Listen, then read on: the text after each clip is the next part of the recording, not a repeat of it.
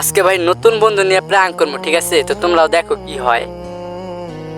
এই মাথা চুল সুমনের অ্যাড দিল গ্যালারি। এ ভাই এইভাবে বকা কেন দিতেছো? আর সুমনের আইডি তোমার কাছে? আরে বাপ্পি আর কইস না, মাজিদ আমার আইডি চাইছিল, আমি ওরে লগ ইন করে দিছি। ওই শালা আইডি নিয়ে বুঝছোস আমার সব জায়গা থেকে ব্লক করে দিছে। আর আইডিটা কি যে করছে, আমার ফোন ফ্লাশ দিয়ে দিছিল। এখন আমি আর আইডিটা লগ ইন করতে পারতাছি না। এতদিনের বন্ধুত্ব বিশ্বাস্ত ভাবে আইডিটা দিছি, আর ওই আইডি নিয়ে এমন কেন করতেছে, আর একটু বোঝা না। এ বাপ্পি ওরে কিক দিত। এ বাপ্পি কিক দিস না, ওর সাথে কিন্তু অ্যাড নাই। ওই কিন্তু গ্রুপ থেকে বার হয়ে গেলে আমার আইডি শেষ। ভাই বুঝেক ভাই, একটু বোঝা না তুই ভাই, এত কষ্ট করে আইডিটা কিনছি ভাই, ওই কেমনে এমন করতেছে?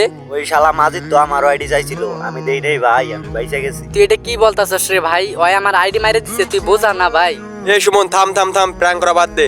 বাপ্পি শুন, আসলে ওই আমার আইডি মারে নাই বুঝছোস। মাজিদ আমার অনেক দিন আগের বন্ধু, ওই কখনোই এমন করবো না। ওর কাছে আমার আইডি লগ ইন করা আছে, কোনো সমস্যা নাই। কিন্তু তোর কাছে এটা আশা করি নাই রে। তুই স্বার্থপরের মতো কইলি যে তোর আইডি ঠিক আছে, এটাই তোর কাছে অনেক। আমি ভাবছি যে আমার আইডি মাইরা দিছে বলে তুই অনেক কষ্ট পাবি, কিন্তু এরকমটা হইলো না রে। আরে থাম থাম থাম, ওইভাবে ভুল বুঝিস না আমারে। তুই আমার সাথে যেভাবে ব্যবহারটা করলি, এখানে ভুল না বোঝার কি আছে তুই বল। তুই একটু আমার বিষয়টা বুঝে।